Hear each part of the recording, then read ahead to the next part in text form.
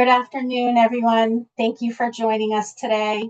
So nice to have you here. It is my pleasure to be here with you as part of MOVA's Victim Rights Month webinar series. My name is Lisa McHugh. I'm the Director of External Engagement at MOVA. I'm happy to welcome our presenters today. But before we begin, just a few things that will be helpful for you to know. This is a webinar format, so attendees are not visible to the presenter or audience, and the audio for attendees is not enabled. So we are providing ASL interpretation and CART captioning for today's session. To view captions for the presentation, you can click on Show Captions at the bottom of your Zoom screen. And if you'd like to view CART interpretation on a separate window, there'll be a link placed in the chat and you can click that link. The chat is closed, but we do have a Q&A function enabled. So for any questions, if you could drop those in the Q&A function, we'll be monitoring that for you. And there'll be a question and answer session at the end of our panel later on. So it's now my pleasure to introduce Audra Duty, a member of Survivors and Allies Coalition for Justice and the Safe Exit Initiative program, who'll be kicking off the webinar for us today. Thank you, Audra. Welcome. Thank you so much, Lisa, and welcome everybody. I'm really excited for this important conversation we're going to have today, and more excited to introduce our keynote speaker, Mayor Beauregard. I first got introduced to Mayor Beauregard, I think late last year. He declared a war on human trafficking, and he and his team at the City Board of Health, the police department, the way that they addressed this issue and handled it, I was so impressed just as a survivor of trafficking myself, and just seeing the way that he was literally taking what he was doing out of a playbook. And I had to reach out and meet him. And I had the pleasure then of joining his task force and working closely with him in his city to make sure that everywhere is safer, and how are we holding the demand and buyers accountable. And I'm really excited to introduce Mayor DJ Beauregard, and he can share how he has taken his approach on shutting down these 9 illicit massage parlors and what he's doing to combat human trafficking and demand in his city. So welcome, Mayor. Thank you for having me, Audra, and it's great to be with all of you. I'll begin, first of all, with just a quick and simple good afternoon. My name is Mayor DJ Beauregard from the city of Methuen, Massachusetts. Of course, a community of roughly 53,000 residents, approximately 25 to 30 miles north of downtown Boston. So we are in an interesting area in Massachusetts. First of all, thank you to the organizers of this event for bringing us together for a conversation that is long overdue and too often avoided. Let me start with a simple truth. The commercial sex trade is sustained by demand, as we know. And while this issue is complex, one thing is clear. When communities tolerate the conditions that allow exploitation to operate, it continues. In Methuen, we made a decision. We are not going to simply look the other way. We're not going to pretend that this is someone else's problem. We've said clearly and unequivocally, no more, not in our community, because this is not a victimless issue. It's not a victimless crime. Behind many of these situations are individuals facing coercion, manipulation, economic desperation, or sexual servitude. These are vulnerable people who deserve dignity, protection, not environments that enable exploitation to continue unchecked. So the question becomes, at the government level, what are we actually doing about it? In Methuen, we've taken an innovative approach. It's pragmatic, coordinated, one that uses the tools we have right now. In Methuen, we've built a working partnership between our police department and our health and Human Services Department to address this issue, interestingly enough, through code compliance and public health enforcement, which isn't often the way you see these issues dealt with, perhaps in other places where there's strictly a law enforcement focus. We bring public health into the mix as well. That means identifying locations where exploitation may be occurring and ensuring they are meeting basic legal standards. For instance, health code, safety requirements, occupancy rules, and licensing regulations. And when they're not, we act. And what's interesting is that when you are doing this type of work through the context of, say, a public health department, you don't need a search warrant, right? This isn't something that you need to go through extra bureaucratic steps to address. So this approach allows us to intervene quickly and effectively without the typical delays and limitations that often come with traditional enforcement methods. It brings accountability to spaces that have too often operated in the shadows. Just as importantly, it creates opportunities. When we enter these environments from a health and safety standpoint, we're not just enforcing codes, we're opening the door to potentially identifying individuals who may need help. And Audra and her team have been wonderfully helpful in this regard as well, simply by connecting us with resources that we're able to utilize. We're creating points of contact. We're opening doors to services and support as we continue to learn more about some of these issues. And that's a critical piece of this work, because addressing exploitation is not just about shutting something down.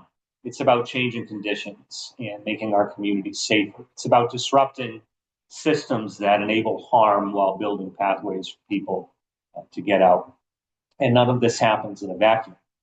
This effort depends on collaboration across departments, across disciplines, and across levels of government. It requires people who are willing to step up, share information, and work together toward a common goal. And frankly, it requires leadership. Elected officials, whether you are a mayor, whether you're a member of the legislature, whether you are a state official, a federal official, everybody has a responsibility to act, not just to speak about issues, but to use the authority they have to make a real, tangible difference, however they can. And we may not solve this issue overnight. I don't think that that's entirely realistic. We're not going to solve this issue just by doing something as one community, but we can take meaningful steps. We can use the tools available to us, and we can make it clear that exploitation, however it manifests, will not be ignored. That's what we're doing in Methuen. And to everyone here today, thank you for the work that you're doing in your own communities and your own fields to move this issue forward. Let's continue working together. Let's disrupt the conditions that allow exploitation to persist. Let's support those who need help, and let's make it clear in every single community we represent, no more, not here. Thank you.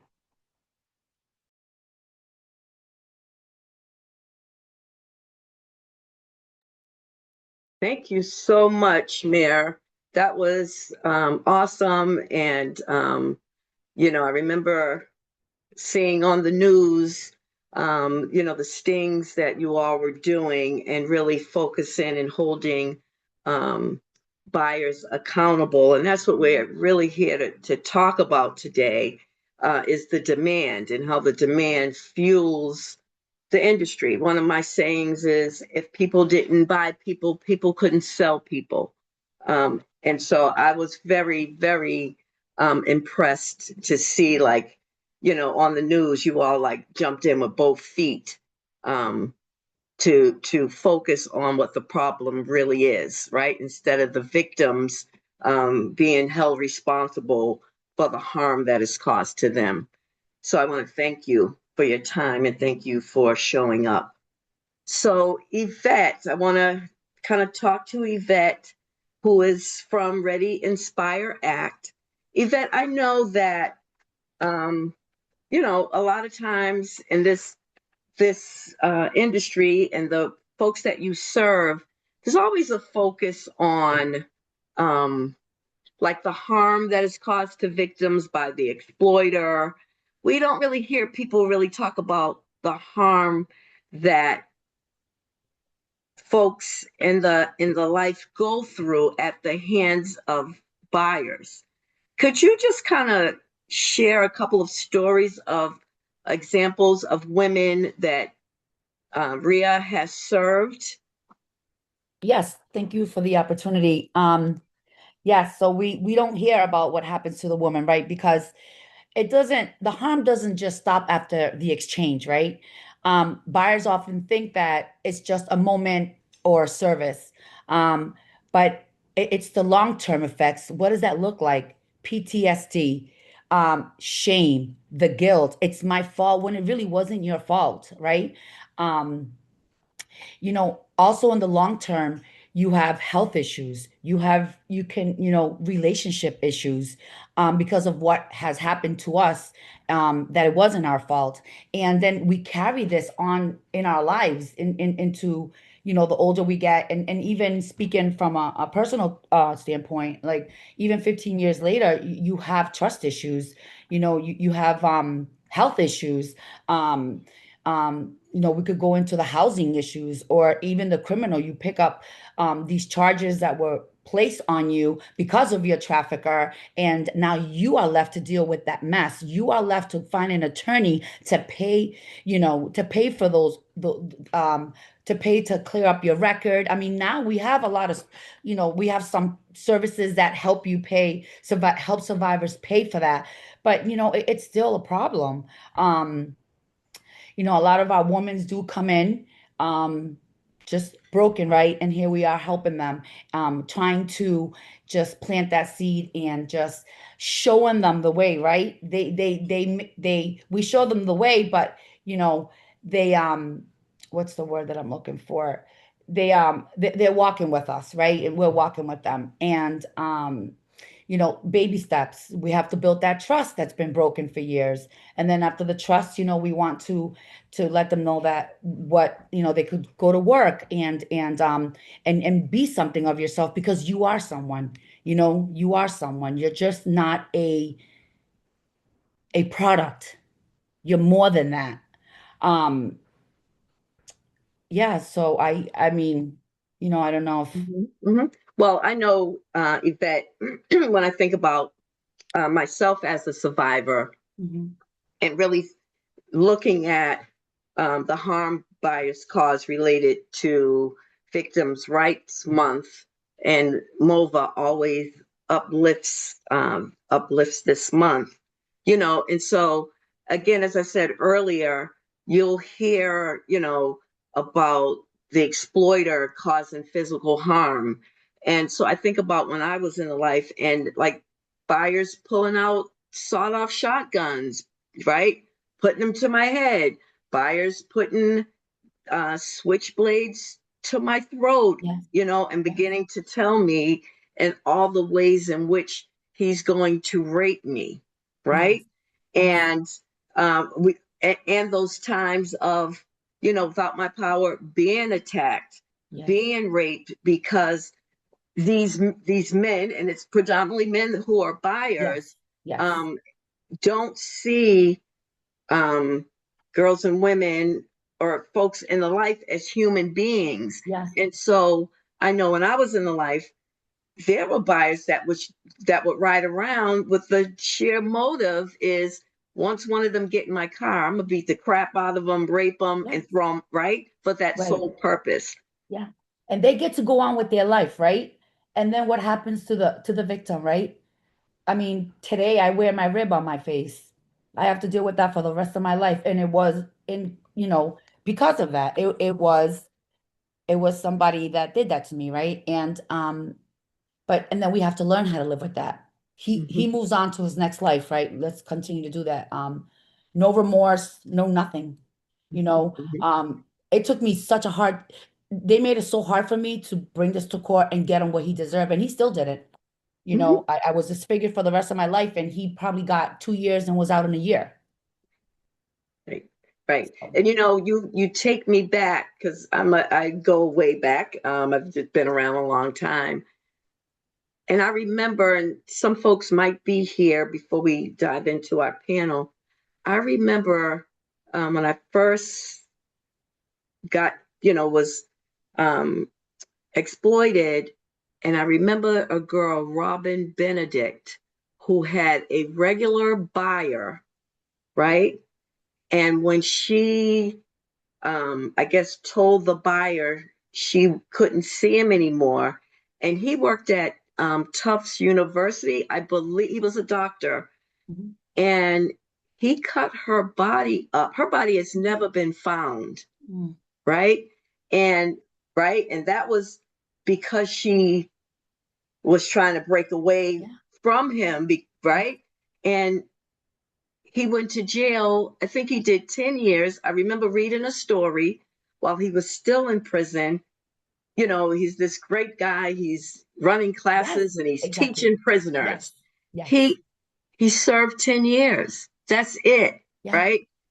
And we know he murdered her and Yes. dismembered Yes. her, so right where her body has never been found again. So I just want to uplift that piece for Yeah. folks that are Thank you. tuned in to understand that folks that are in the life, violence has come in every which way. It's not Yeah. just the exploiter that are giving them black eyes or beating them up. Exactly. I faced a lot of violence, um, you know, at the hands of the buyer. And I think another woman I was found in the alley with her throat killed, Mhm. cut her throat. Another young woman I grew up with, even seeing her laying in her casket, a buyer sliced her up so bad you could still see while she's in her casket these slices on her face.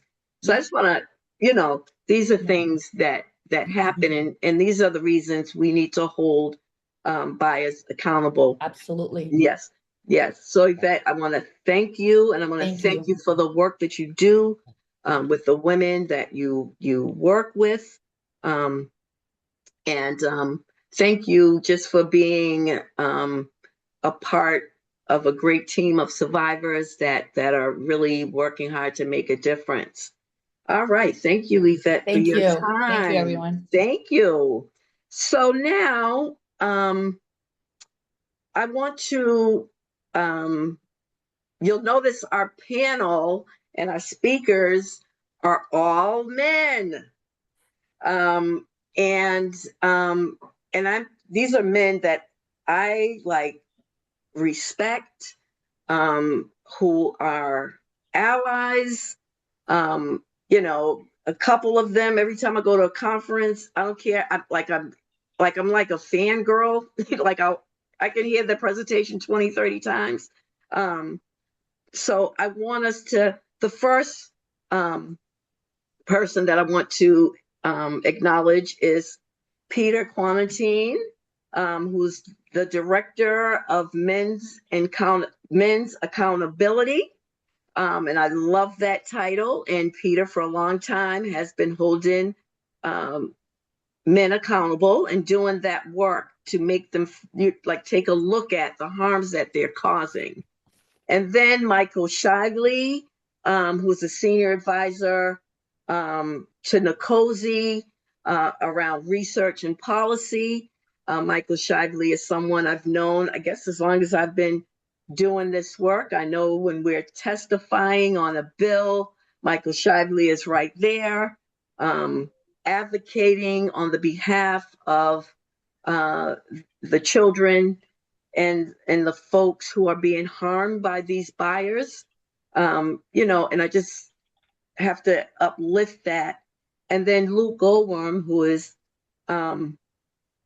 the Assistant U.S. State's Attorney for the U.S. Department of Justice, and also Project Safe Childhood Coordinator and a board member of My Life, My Choice, and leads an initiative at My Life, My Choice, Male Allies, who have developed a presentation to educate, I'm going to keep it 100, upper middle class white men, and I'm not saying it's just white men who buy sex, but the majority, what makes it a multi-billion-dollar industry, is not the brown guy or the creepy guy in the trench coat, right?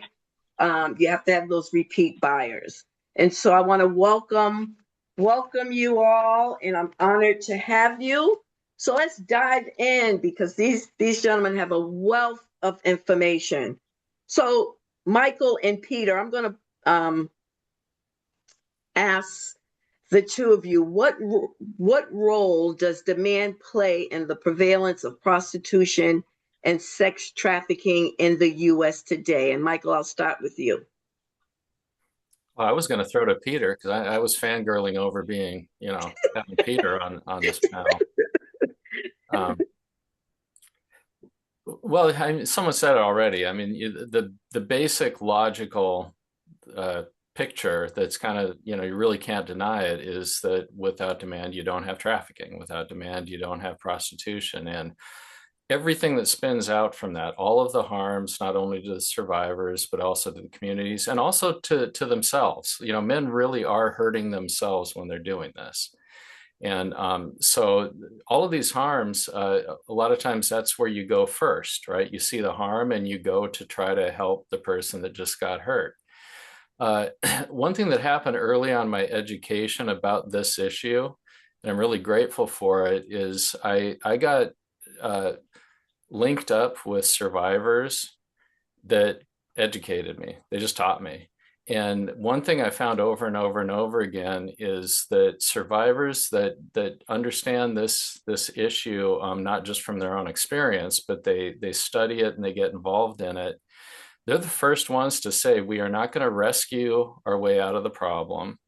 You could every hurt person right now, you could pull them all out and they're going to get more.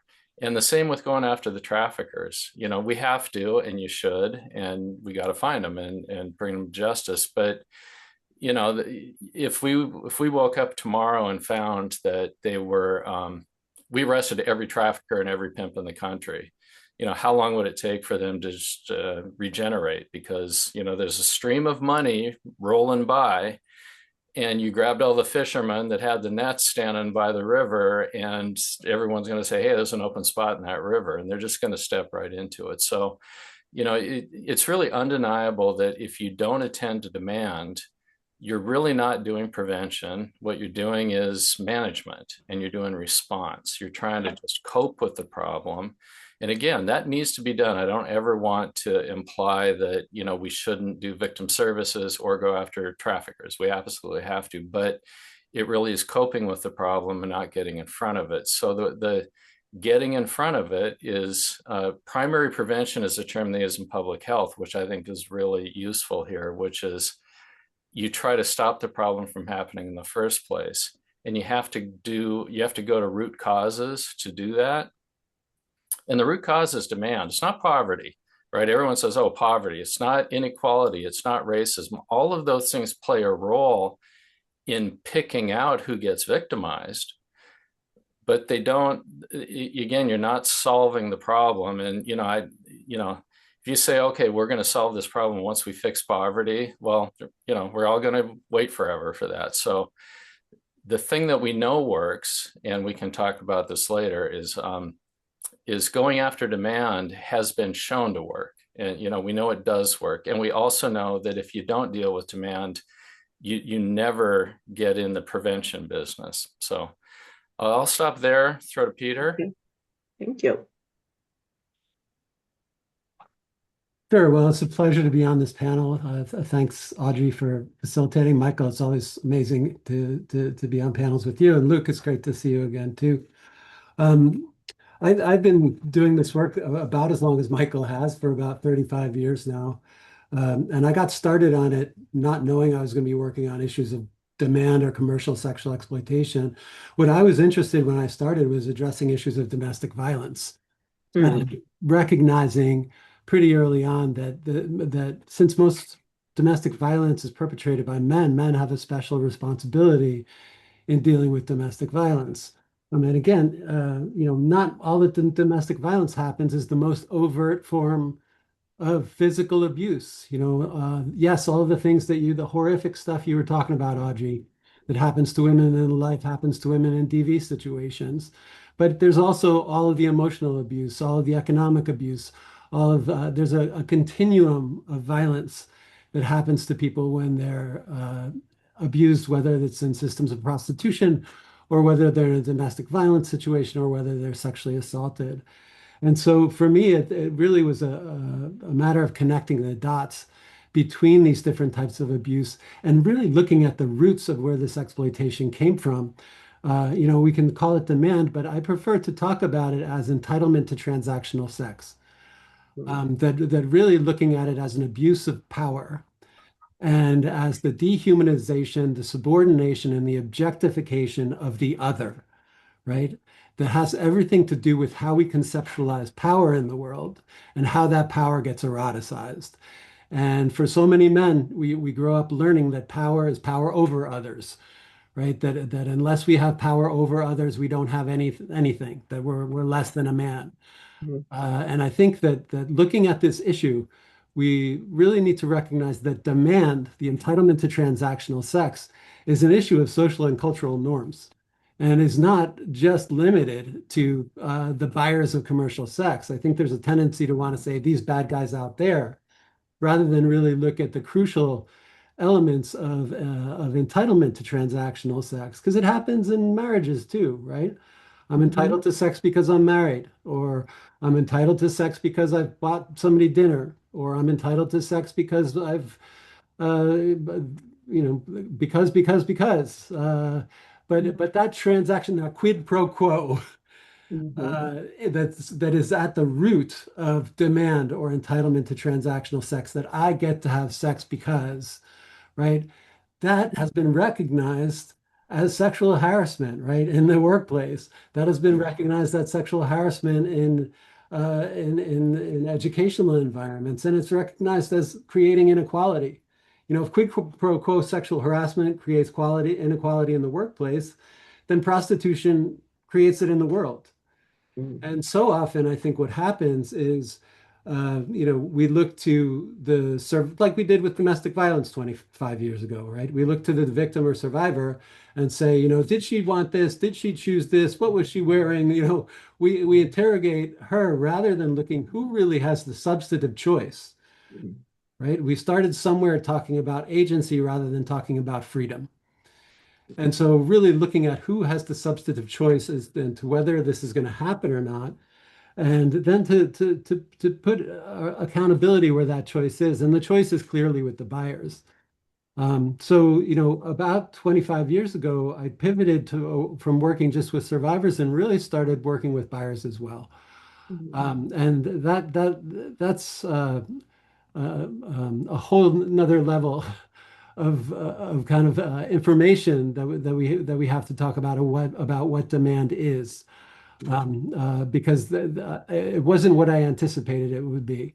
What we know from recent data is that 65% of men who buy sex say they want to stop buying sex, which once again locates this as a cultural and a social problem, and a problem of the socialization of men and boys. Yeah, so when we talk about demand, Yes. I think it's impossible to just talk about this as demand and just talk about it in a criminal legal way, that we really need to look to the roots in culture and society. Thank you so much, Peter. Luke, I, and you're working, on this issue in your work as a United States attorney. Could you help people understand the difference between prostitution and sex trafficking? Sure. I'll say first off, honored to follow Peter. When Audrey, you mentioned male allies. When we were trying to get male allies off the ground, Peter was instrumental in really framing that message and the fragile and toxic masculinity behind sort of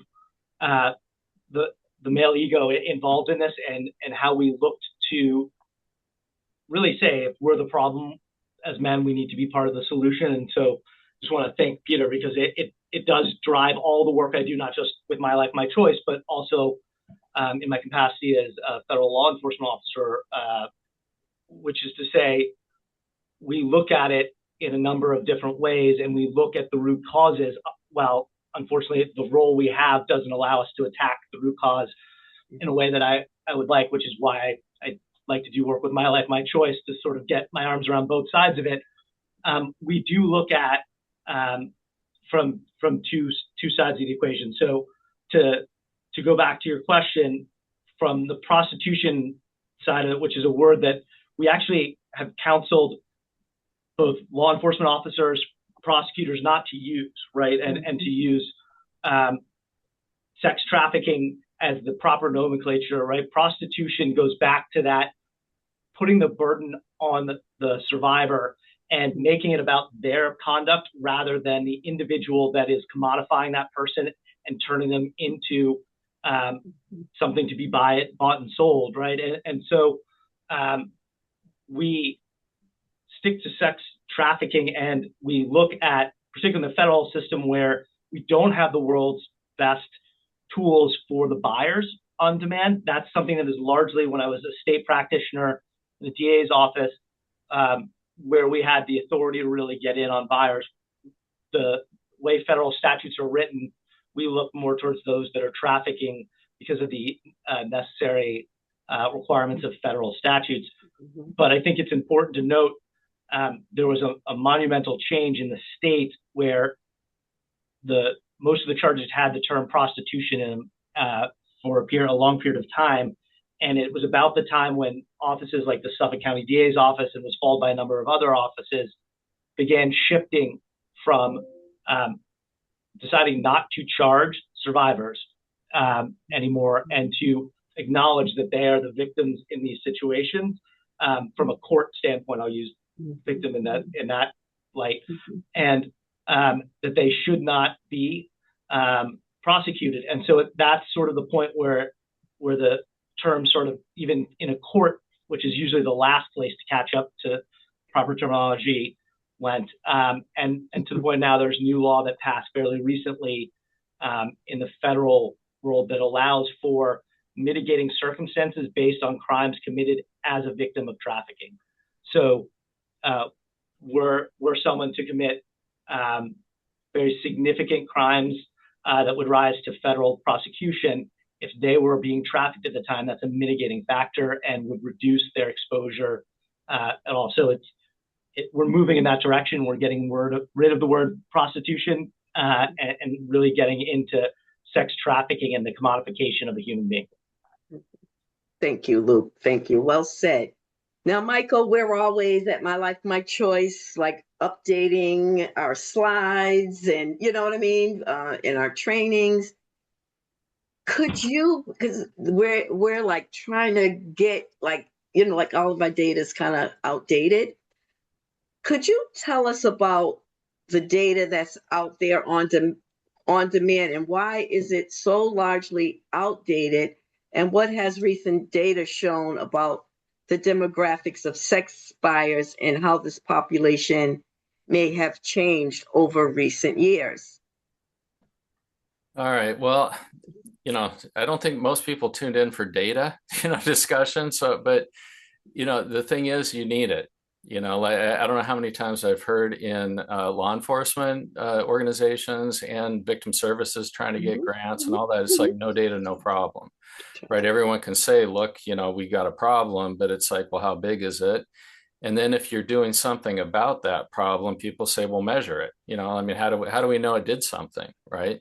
So, so we all eventually come back to saying, I wish I had this data. So I'm going to start with the good news first. And I'm going to say that there is more bad news about data than there is good news. But the good news is, if you basically want to get a handle on who the buyers are in general, and what seems to be motivating them, and what kind of harm do they cause, and what can be done about it, we do know a lot. There's a lot of knowledge has accumulated, and if you work at it, you can put together a very solid picture of the nature of the problem, and sex buying in general, and sex trafficking, and all that. And there have been terrific studies over the years. So this guy Martin Monto from Oregon did some really excellent work on a national level, just looking at trying to profile buyers by demographics and very simple data. Peter and Melissa Farley and some other people did a study probably 15 years ago in the Boston area. So they compared buyers to non-buyers, a pretty small sample, but it was very, very interesting deep dive. A group called Demand Abolition said, who buys sex? And it was a national survey with like 8,000 people. That was 2018. Pretty recently, Rights for Girls put out a report called Buyers Unmasked. And they spent a lot of time looking at message boards that where buyers are communicating with one another, and they're doing it kind of in the open. And they try to analytically just call from that, what are they telling us? What seems to be going on here? And the nature of the language they use, the sort of the way they refer to the people that they are buying. The extent to which what they are looking for and what they brag about and what they talk to each other about has to do with just exerting power or expressing anger and really not even about sex, really. So we know a lot, right? Just that we know a lot about what goes on here. There have also been some really terrific studies in a lot of different countries over time on buyer motivations, and you can put together a really good typology where you can break it down into any number of groups as you want, but there's kind of the sad sack lonely guys that want the girlfriend experience. They wish they had a girlfriend or a partner, but they don't, so they resort to buying. There's a guy who just wants sex and they don't want a relationship or a girlfriend, or any of the headaches or compromises or anything that involves. So you can go through the men and kind of group them like that. And then there's a group in there that you could non-scientifically call the scary guys. And these are the guys that have some sociopaths, have some misogynists, have some psychopaths. And for them, it's the harm itself is what they're really after, the harm and the control. So, and they probably really constitute the most dangerous group, and they probably commit the most harm. Physical and psychological harm. But, I was talking with a survivor about this, and I kind of went through that with her, and she said, don't end that message by suggesting that all of them didn't hurt me. They said, even the guy who was trying to be a nice guy and they just wanted their sex and they were actually that hurt too, right? So they're all committing harm. They're all producing harm. Some of the guys, they want to, some of the guys aren't trying to, but they all do. So we know a lot. Now, the bad news, when you really want data like on prevalence or trends over the time and all that, there's a bunch of bad news, which is there never has been a really good source, either through victimization surveys or even arrest data, that gives you good numbers to work with. If you're trying to say, how are things changing over the time, or how does my city compare to another city? We started a program in 2010. What's the pre and post? Can you use the data for that? And it's mostly bad news. For many, many years, the only national data on arrest and reported crimes, like the Uniform Crime Reporting System or the NIBR system, there's Crime Victimization Survey. And for many years, it didn't separate buying from selling. All you could do is look at prostitution offenses, kind of pretend that all the men are the buyers and the women are not, and try to use that. In 2008, the federal law demanded the FBI to separate them and compile those by 2013. And to this day, the data are just horrible. And some of it's because a lot of states, their prostitution laws don't separate buying from selling. They have a prostitution offense, and whether you're buying or selling, it's really the same charge. And their data reporting systems are kind of locked into those categories, right? You can still report on it, but it takes training and it needs a new system, and none of those things ever happened. So over the years, there's been a tremendous federal lack of effort. And the reason I'm going to call it a lack of effort and not just the way things are is because on some crime types, there has been that effort and it's worked. Violence against women in the 70s and 80s, there was tremendous progress in trying to unpack some of the offenses. Hate crime. There was a Hate Crime Statistics Act that had a massive training program, and there's actually decent data on that. But on this, there hasn't. They basically just said, give us this data and, let's try to pretend that we believe what comes in. So it's really hard to get any decent data. And I'll stop in a second. But so on the studies themselves, like, okay, maybe we're not going to have a data flow that just gives us good data all the time. But are we going to have these one-off studies? And I've done some of those, and I got federal funding for them, and they got used. People use the studies. We did a sex buyer accountability program evaluation and found that it reduced recidivism, right? And that's been very useful to have. But there was kind of the golden age of demand research, which lasted from around 2000 to 2012-ish. And then the curtain just dropped. And I spent years trying to figure out why, and I'm pretty sure I understand why.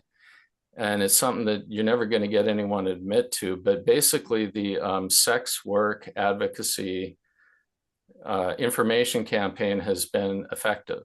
And at the federal level, you got public health that wants decriminalized prostitution. And then you get criminal justice, which really doesn't. But public health is a lot bigger, a lot more money invested in it. And they've kind of shut down any federal effort to try to really shut down the sex trade. Sex trafficking is fine. You can go after that, because if you're talking about forced fraud or coercion or minors and you can call it trafficking, that's fine. But if it involves adults without forced fraud or coercion, they want that categorized as sex work. They want it fully decriminalized.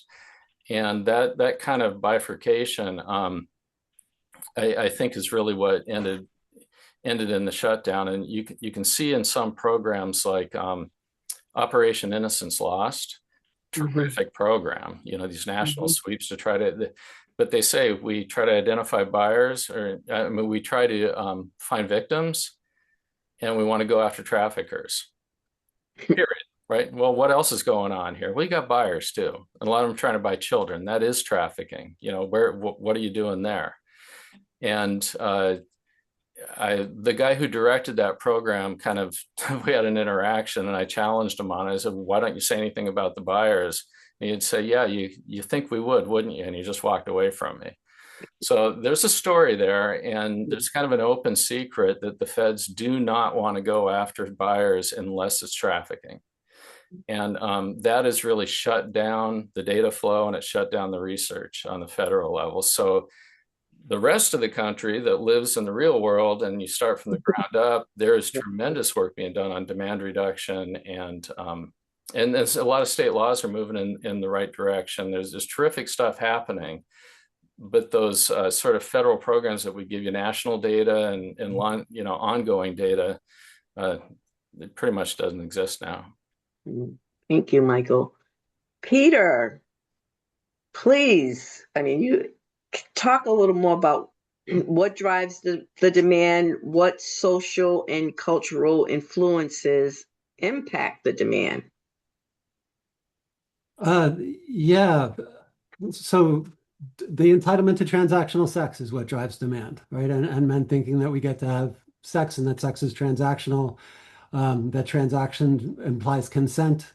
It's just really clear that this is what says it's legal. I want to just dig in a little bit to what Michael was talking about. I think that so often the issue of trafficking and this kind of false dichotomy between trafficking and sex work kind of comes up. And well, if it's this, it's bad. If it's this, it's good. The bottom line is the sex buyers have no idea whether this is a trafficked person or not. I teach a 10-week course for sex buyers. The first week they walk in and I ask them a series of questions. I say, suppose you pick somebody up on the tracker on the internet.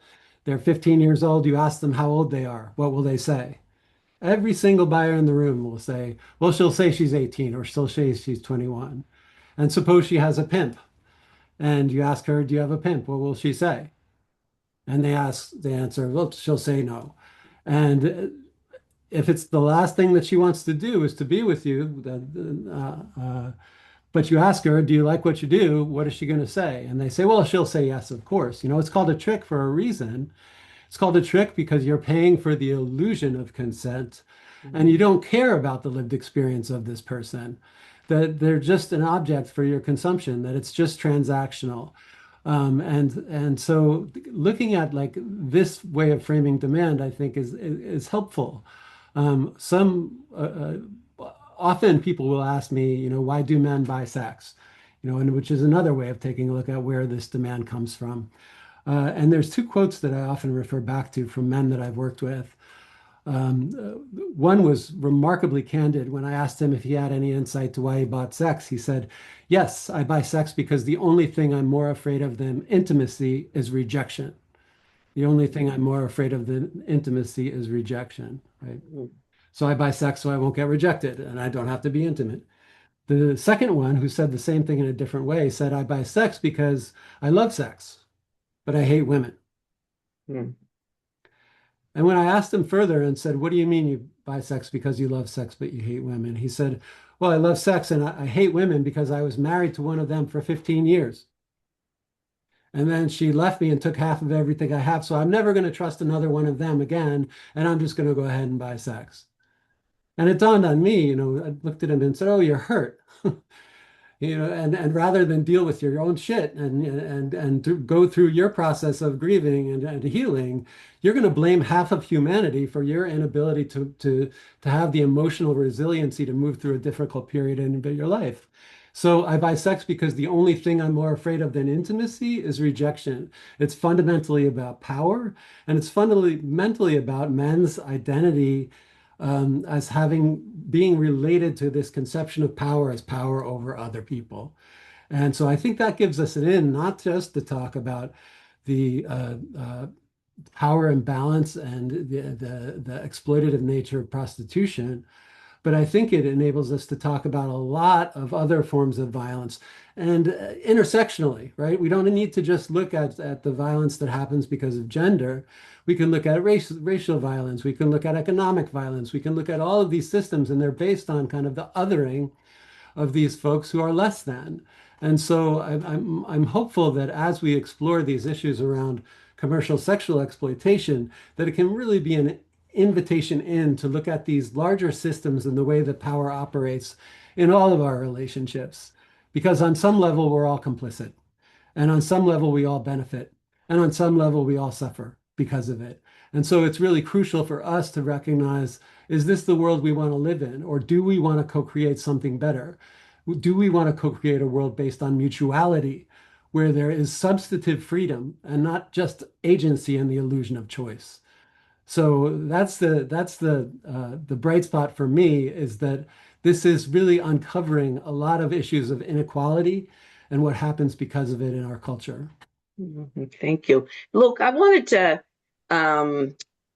hear some feedback. This isn't on the list, but when Michael talked about the federal level, share with us what that basically, what you have the power to do, what you don't.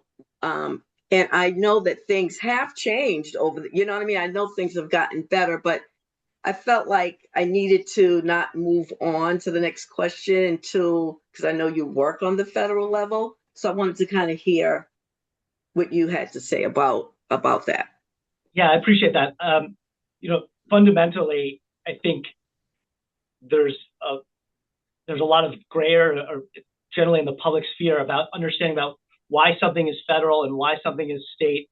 And having worked both, and both as a criminal investigator and then as a lawyer, I can tell you, it is really only become crystal clear when I became a federal prosecutor and all that time, because there is so much nuance to it.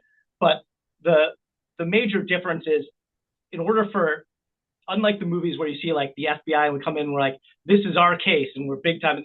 That's not how it works, right? We have to have a legitimate federal nexus, a reason why we can be involved in a case.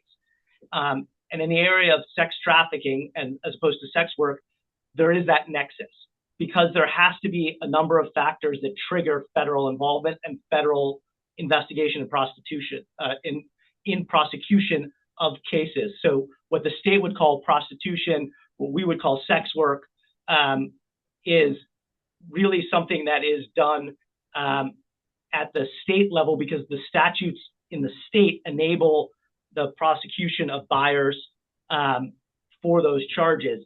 It is very difficult. The human trafficking statutes, as they're referred to generally, there's two major ones, and one involves force, fraud, or coercion, and both involve an interstate nexus, which is just a fancy way of, you have to show that there's some sort of business entity, there's some sort of movement of people across state lines, there's something that does that. So there's traditionally been the Mann Act, which is basically someone who facilitates, advertises, induces someone to commit commercial sex across state lines. And that's usually a situation where we have a pimp driving people over state lines to have sex, which happens, of course, all the time here in New England. And the other one is force, fraud, and coercion, which doesn't necessarily have to go over state lines, but there has to be an interstate nexus. And so what we do is we look for things like when people are advertised, right? And one of the, you talk about social and cultural things, right? I'll never be as eloquent as Peter as to things get rise to demand, but what I would say based on my experience accelerates demand at the moment is we've gone to a digital era. And so everything is online in the dark recesses of the internet, and we are in a demand culture. You know, I'm born in the 70s, but everyone born after me, of course, is used to getting things instantaneous, and that includes buying sex. And so is there an avenue going forward for us potentially for sex work? Potentially, with the advent of everything being on a cell phone and ads and demand. And we do, from time to time, when it involves a child victim and we are enabled, the statutes are a little wider, we can prosecute there on the buyers, and we do that in conjunction with Boston Police. We did a number of proactive operations last spring and into the summer, and something that we can talk about later. But as we get ready for FIFA, we are really gearing up. As you can imagine, with FIFA coming here and the World Cup coming here, we are deeply concerned about what will be an inevitable intake of human trafficking, not just from our local population being exploited, but outside population being brought in to be exploited. And that is a tremendous concern. And so we are already taking steps. And I will just give a shout out to Boston Police, who did a very nice job of getting money from FIFA to plus up. And their unit, which is very small, is going from about 5 or 6 people to over 35 people in preparation for FIFA. And those are all cases that we are looking at, to go back to the original question, as joint cases. So we've brought in the DA's offices, and we're going to look at the demand, and we're going to look at the trafficking side of it. And if there's ones that are on the line, we always look to go federal if we can. The punishments tend to be more significant here. Many of the child sexual abuse statutes and the human trafficking statutes have mandatory minimum of 10 years or more. And so those are usually where we try and see if we can get a foothold. But the main difference, I have to say, is there has to be that federal nexus, a reason why we can be involved. Thank you, Luke. Now, Luke, you touched on the next question was about, Michael, talk a little bit about how has demand changed in recent years with the increase in the digital exploitation. You're muted, Michael. You're muted. I think Peter's,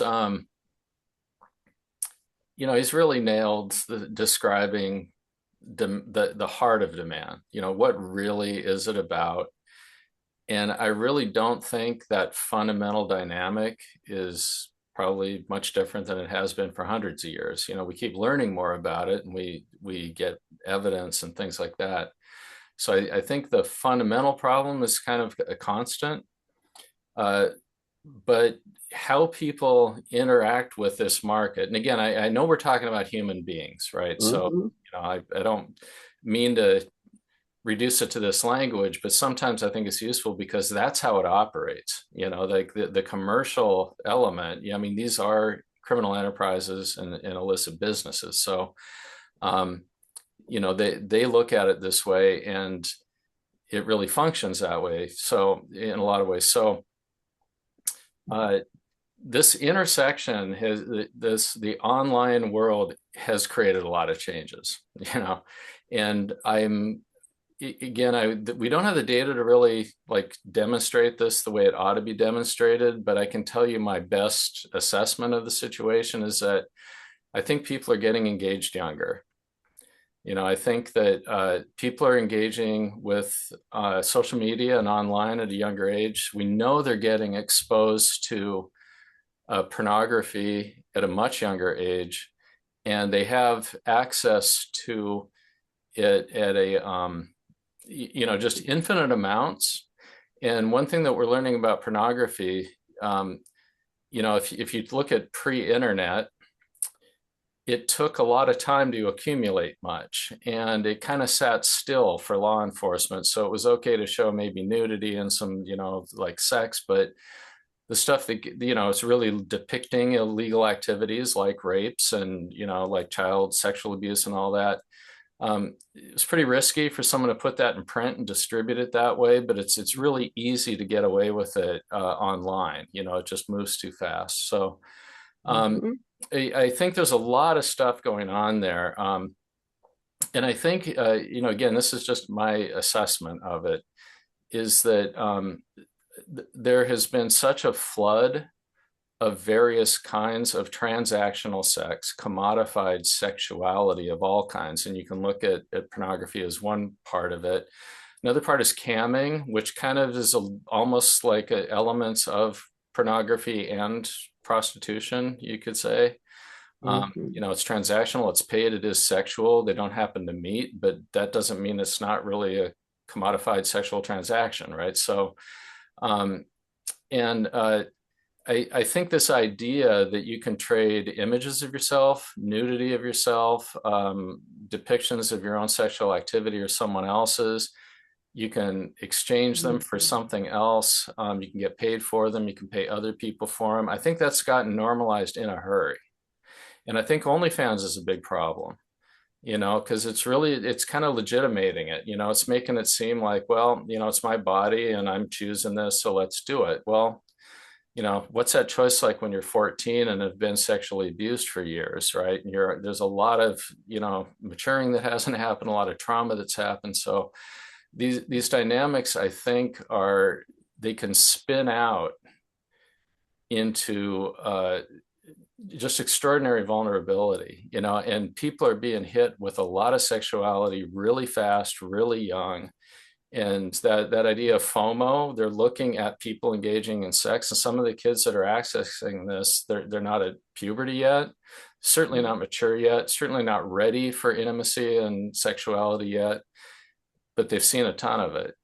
And I think it all kind of creates this kind of a toxic stew, right? And we haven't even talked about the social media dynamics, or gaming systems are used to transact sex, and any chat room there, we looked at for some testifying I've been doing, we've thrown up ads at Street Grace, one of the organizations I work for. They can throw sophisticated, good looking ads up on Skip the Games.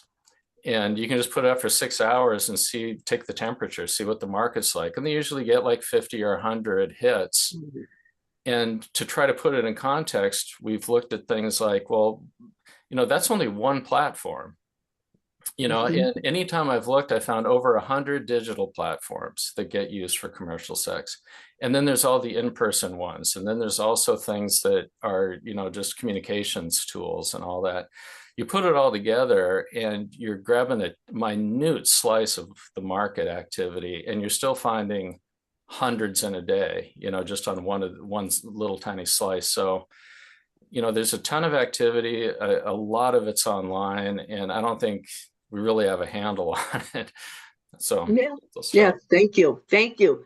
Peter, my next question, if you will have some follow-up to add around pornography, feel free. But I know time, we have like, we're, time for probably a couple more questions for each of you. So Peter, here's what we want to know, right? This is about demand. We're always talking about let's reduce the demand. Does demand reduction work? And what evidence or data do we have that these strategies reduce exploitation and trafficking? Well, that's a harder question than it seems. It depends how we conceptualize what demand reduction is. What we know is that it matters. What we know is that, I mean, if you look at the legal regimes, what we know is when prostitution is legalized or fully decriminalized, that demand increases and that trafficking increases. So we can just take a look at this and the way that it impacts social norms, right? Mm-hmm. That Mm-hmm. when we say something is legal, when we fully decriminalize, what we're saying is it's okay, go ahead and do this. And so that entitlement to transactional sex is supported by culture and by community. So someplace like Germany, we're looking at 50% of men buying sex, right? And the majority of folks being trafficked that are engaged in commercial sex there. So I think that at that level, yes, demand reduction works. I think that we need to have more discourse around what demand is. I think that we got, as much as I was happy that the TVPA passed in 2001, what happened was they sought to address only the most severe forms of trafficking. And those were, they acknowledged that the definition of sex trafficking was anybody who patronized. But when they looked at severe forms of trafficking, they limited to force, fraud, and coercion. And what that did was it took our attention and said the problem with trafficking is the third party exploiter or the pimp. And it did not question that entitlement to transactional sex. And so I feel that being able to look at the entitlement to transactional sex and look at the lack of mutuality, the lack of consent at the core of this sex for money transaction is essential, right? And that I think that looking at places that have done a pretty good job in terms of demand reduction, I would look to Sweden. They've had the decriminalized prostitution for people who were exploited, over 25 years ago now. And they instead criminalized for the buyers and for traffickers. At the same time, they engaged in a robust public awareness campaign that was targeted at young men that really sought to change the way that we were perceiving prostitution as an issue of gender and social equality, and as an issue of as coming from a place of inequality. And so I feel like we have some good models around demand reduction. Michael, better than I, could tell you about the data of particular interventions. But what I can say is that in my experience, what we ultimately need is for all of these interventions, all of these things that we're doing together, to be undertaken around a similar goal and a similar understanding of what the problem is, right? So certainly we need exit programming for adults as well as for youth. We need systems of accountability across the spectrum of prevention. So not just sex buyers intervention programs once somebody's already done that, but secondary prevention that engages younger men, primary prevention that's focused on social emotional learning and development. That all of these things are really crucial in terms of creating a space where this type of abuse isn't going to happen. So demand reduction is community organizing. Demand reduction is social justice work. Demand reduction is the increase of substantive freedom and the addressing systems of systemic inequality. And like if we're headed in that direction, by all means, by holding individuals to account. But if that's rolled into this larger understanding of what the problem is, our efforts are going to have much more effectiveness. If by demand reduction we mean we need to criminalize these buyers and just focus on them, that's going to only take us so far. We really need to kind of look at the heart and soul of the matter. Thank you. Luke, two-part question, because I'm trying to get my answers because time is ticking, so I'm gonna hit you hard. Can you share about the work you've been doing with My Life, My Choice to end demand, and from an attorney's perspective, what do the numbers look like when it comes to prosecuting buyers, particularly buyers of children, and what are the biggest barriers to holding them accountable?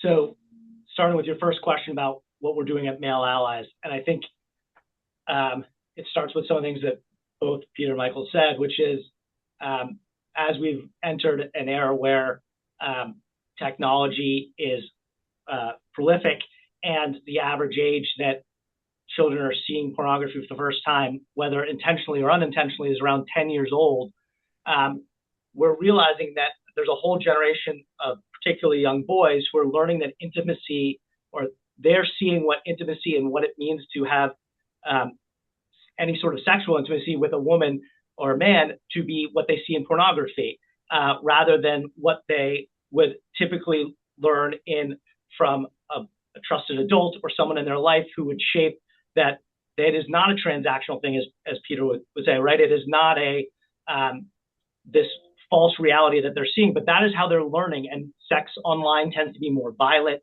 more aggressive.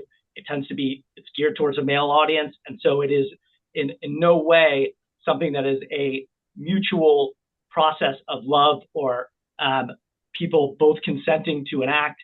And so that is problem one. And I further agree that we're never going to arrest our way out of a problem, and we're not going to overregulate a problem. And so to that end, Male Allies has looked at what can we actually do to have men take accountability, as whether they are sex buyers or not.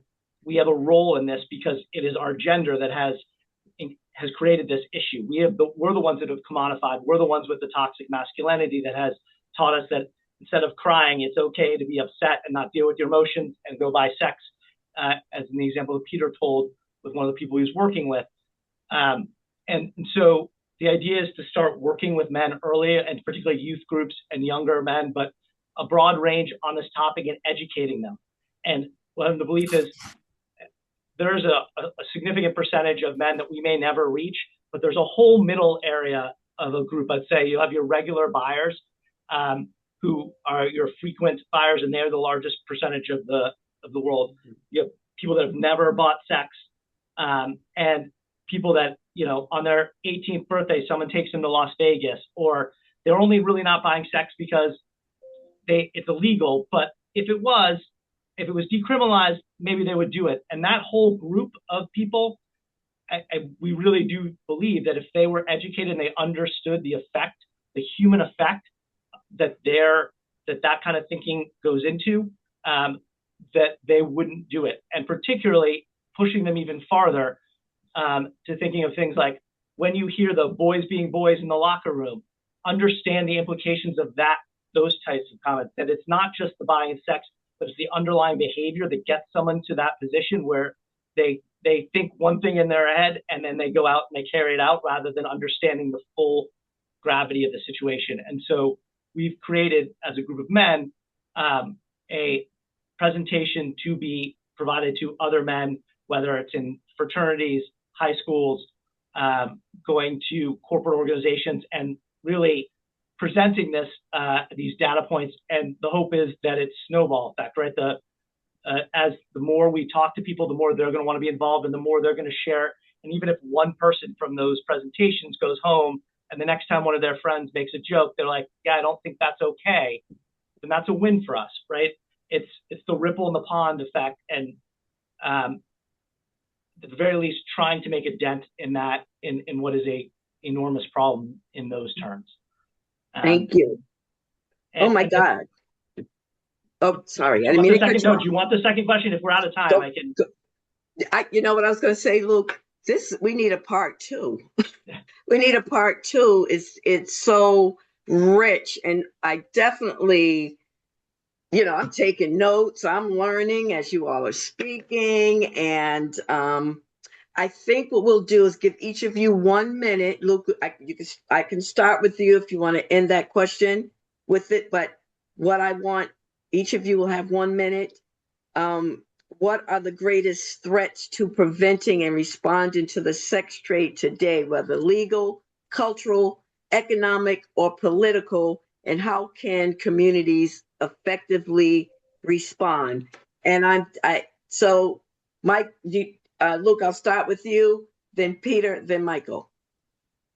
So I think my answer to that is it's two things. One, I think it's the normalization or some sort of rationalization that sex can be transactional, and that is brought on by the proliferation of the way we have dating apps, the way that people meet up now online. The lack of interpersonal interactions between people is a huge threat to that, and I see it in my work. I do a lot of work with online sexual abuse of children, and we've had whole generations who have grown up with nothing but technology, and they understand their life and their interactions through their world of technology. And so those who seek to exploit them are using those same tools, and they spend all their time, as much time as we take training and teaching them how to be safe online, they're taking the same tools.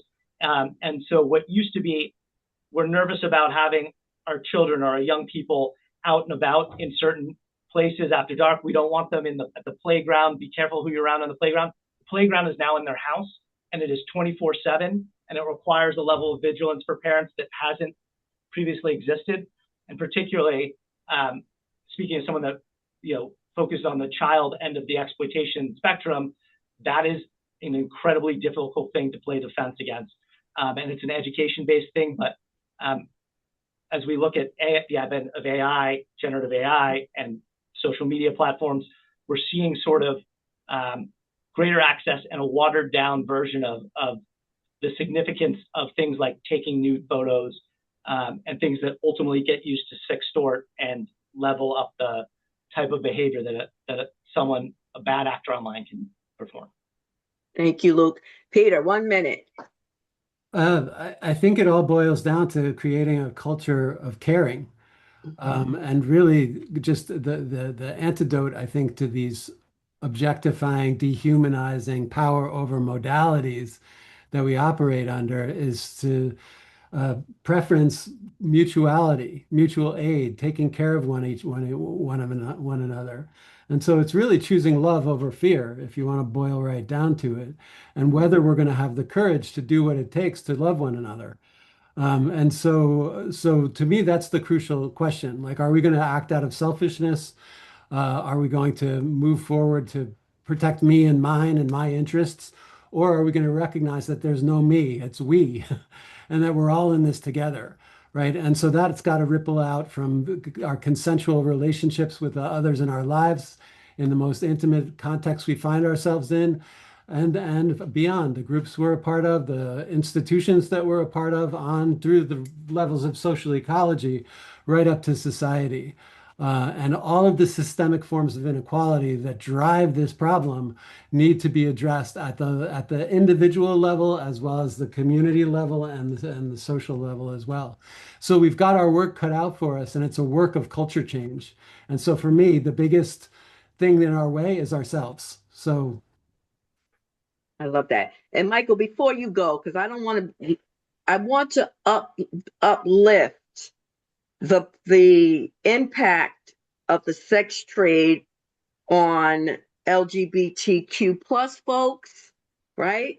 Black and brown trans women murdered by buyers at a highly disproportionate rate, and the lack of exit services specifically for LGBTQ plus folks to meet their unique needs. So I have to say that because we have to uplift all human beings who are being affected and harm being caused by them to them, that the demand is causing, right? And so, Michael, take us home, leave us with something, what we should do and what folks should do and how they should do it. Well, I'm going to just follow directly from what Luke and Peter were saying, that, the brass ring here is culture change, right? And when you just arrest the guys that are buying, it's an important thing to do, but it's way downstream. That problem started way upstream, and we need to get to kids as early as possible so they don't grow up to be men who believe that it's okay to buy other people. I think the model, though, I think there is some good news out there, which is when there's a will to do it, culture change can actually happen pretty quick. And so the examples I think of, and I think we can learn some lessons from them, is, and again, I'm not equating the issues, but I'm saying, like, in terms of shifting how people approach something. If you think about smoking it's all fine, and there were huge battles of it's bad for you versus it's not, and the industry fought back. And things shifted in a hurry. Wearing seat belts, bullying.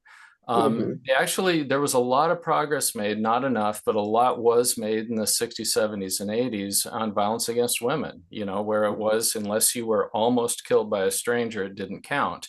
And now people acknowledge it. And all sorts of good things are in place that have moved the needle. No means no, all of that. So, it is possible pretty quickly. I don't think anyone 20 years ago saw gay marriage happening.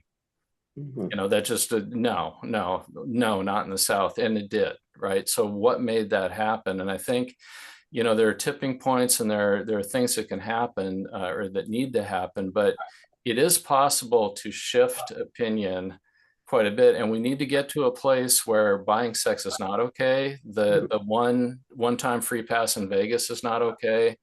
Buying camming is not okay. And we need every guy to not only not be a buyer, but to not be an instigator, not be a bystander, and not just contribute to the acceptance of it, right? So I think it really is going to take a lot of different things to happen, but things have shifted before. All right. Thank you all for I want to save time. And folks, Lisa, do we have any questions that came through? I wanted to remind folks about the Q&A. Have people been using the Q&A? Thank you, Audrey. Yes, thank you for this conversation. And looking at the Q&A, there is one question. Okay. And it's in general for the panel, so I'll let you decide how that will work. But why don't you use the term sex work? Why do many people who are progressive in many other ways use this term? I say one of you take that. Who wants to take that? Or want to take it, Peter? Sure, I can take it. I can tell you that the reason I don't use the word sex work is because to me it's incongruous. That when we're looking at sexual exploitation and at entitlement to transactional sex, that it's not about sex, right? And it's not about work. That there's a level of mutuality involved with sex that's beyond the normal idea of what consent is, right? That we're looking at kind of a different level of consent necessary in order to do sex, and there just can't be that consent on the part of the buyer when he's paying for an illusion of consent, right? What she's consenting to is a transaction, or he. What they're not consenting to is the sex. And so for me, it's clearly something that was cultivated by the pro-sex work lobby in the late 70s, early 80s to promote their point of view that sex work should be legalized. And then when they recognized that didn't work, that it should be fully decriminalized. And so what it doesn't do is hold to account the people that are abusing their power through the purchase of sex. It coincided in the 80s with kind of the elevation of neoliberal values within institutions, academic institutions especially, and the individualizing everything and the pointing to individuals and saying, this is their fault, this is their choice, and looking at agency rather than freedom, and looking at individuals rather than classes of people who were subordinated and exploited because of membership in those classes that was intersectional. So I think that there's been a misstep among progressives, especially in the way that we're addressing these issues and not looking at those who are exploited and saying, well, they need the right to choose their exploitation. A good friend of mine who's a survivor said, you know, just because you control some of the conditions of your exploitation doesn't mean that you're not being exploited, right? And take a look at the entitlement of the person who's choosing to exploit and really pivot and locate accountability where it belongs. And so what sex work does is it mystifies that. It looks and puts the accountability where the power doesn't lie. And so for me, that's where the crucial mistake is when we're talking about sex work and why I choose to talk about commercial sexual exploitation. And I want to just add to that question. There's, first of all, My Life, My Choice, we work with children. There is no such thing as a child sex worker. And the last thing that I'm going to leave you with, the most powerful quote that I heard came from the one and only Ashley Judd, who said, "A mouth, a vagina, and an anus is not a workplace." And I'm going to leave that there. And I'm going to thank these fine gentlemen for your expertise. And we will be calling you again. I'm like, we should have did a part 1, part 2. You know, there's never enough time.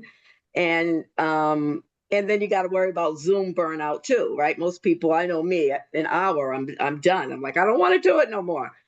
So we have to consider those things. But I hope that people really, really listened. And these are the words of men delivering this message. And a lot of the folks who started that sex work term, they do have a choice. A lot of them, when they get tired of doing that, they have master's degrees, they can get jobs. I'll speak for My Life, My Choice. We work with kids, and the work that Audra does, the work that Ria does. That's not who comes through our doors. We don't work with people who are like, let's legalize this. I'm having a wonderful time. They come in beat up and in pain. And let me say, we are the majority. That sex work term is probably 3 to 5% of the population. There is more exploitation going on than there is sex work going on, right? So I want to say that. And then I want to introduce my next speaker, who's going to close us out. My Life, My Choice's very own Delia Vega, who does fabulous policy work. She'll close us out, and she will give us a nice assignment for a call to action. But before she goes on, gentlemen, I just want to thank you all. Delia, I turn it over to you to close us out. Thank you, Audrey. Hi, as Audrey said, I'm Delia Vega. I am the public policy and community engagement manager with My Life, My Choice. Thank you, everybody, for being here. And I want to just say thank you to the panelists. Like, this was amazing. As Audrey says, I can never get enough. I've only heard you all a couple of times, and like, I learned a lot. And so I wanted you all to think about everyone who attended, think about everything that you heard, right? So you heard about the harms that it causes in our communities, and the long-term effects that it has on us as survivors, right? And also, I want you to think about that this is just not something that happens over there, right? It's happening in our neighborhoods. It's happening in our homes, right? It's not just something that happens elsewhere. And so as I say that, I'd like for you all to reflect on, so I'm going to, have a couple of asks, like reflect on what can you yourself as an individual do better to sort of undo, right, the cultural norms as we know them today that allows for this transactional sex to look like it's a normal thing, right? Which is not. You heard it from the panelist here. And then the other thing I want you to do is, call your legislators, call your local elected officials, join a campaign. We have wonderful organizations here. We have My Life, My Choice. We have RIA Inc. And we also have SEI. And so those are 3 of many wonderful organizations that are doing the work to undo a lot of the harms that are being caused in our communities through exploitation. So thank you again. I loved that you all were able to attend. And one more ask. The other ask I have, so I was being nosy and I was looking at the participants. And I realized that it's mostly, I'm going to say this for this conversation's sake, women. And so my other ask would be, who in your life can you identify as a potential male ally and bring them in? That was my last ask. So again, I thank you for you all being here, and the panelists, as usual, you were amazing, and I'm hoping that, and everyone else who spoke today, I'm hoping that we can take this show on the road. It's amazing. Yeah. Thank you, Delia. Well said. I'm going to turn it over to you, Lisa, to close this out.